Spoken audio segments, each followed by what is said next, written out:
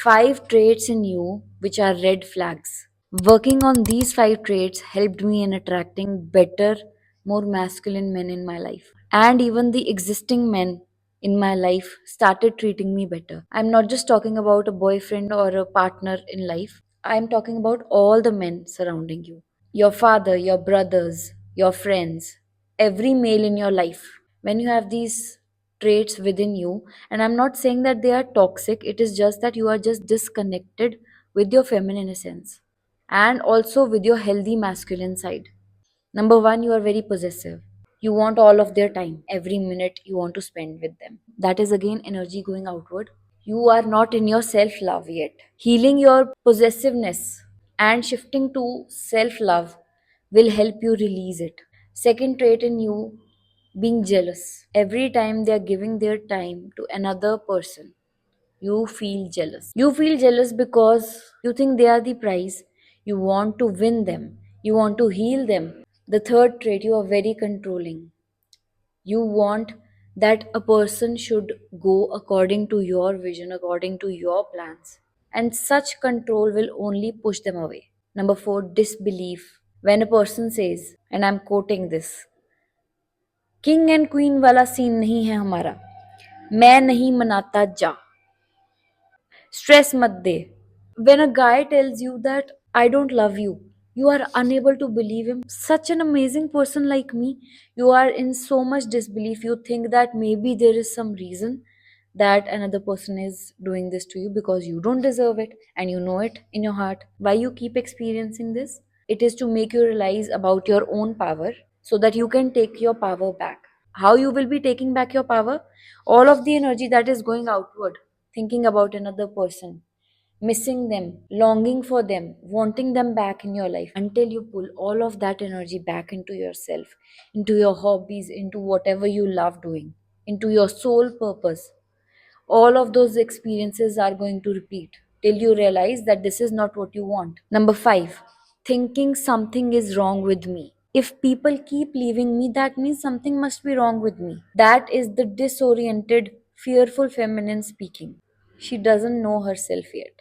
She doesn't know how much love she deserves. Just because somebody has ghosted you, treated you bad, does not mean that you deserve all of it. These experiences are happening so that you realize that you don't need external validation. Your own love is enough for you. You can be happy when you are full from inside, when you are not seeking love outside. This happens because there is lack of self esteem. You think that maybe there is something wrong with me. You take him back even when he has ghosted you for days or for months, or maybe he just ghosted you because he was angry. But you cannot do anything about their behavior. What you need to do in this moment, pull your energy back. People are not talking because you are not talking to yourself, because you are not listening to yourself. People are ghosting you because you have ghosted yourself. You forgot yourself. You are not just angry at all those people, you are angry at yourself because for them you forgot yourself. You did not think about yourself, your needs, your desires, what you want in life. You forgot all of that. You thought giving more love would help you receive more love. That is right. But giving more love to yourself will help you receive more love from outside because you won't be clinging to other people for that love. You will be magnetizing all of that. Magnetizing. How can I magnetize love?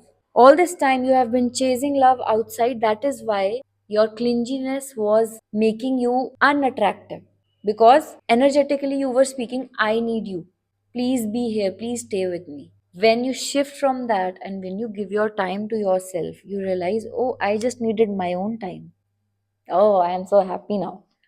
So, when you are happy with yourself in your own energy, that is when you are communicating without saying, you are communicating with your energy that I am complete within myself. I don't need you to complete me. That is when you become magnetic. This does not mean that I don't need you to complete me.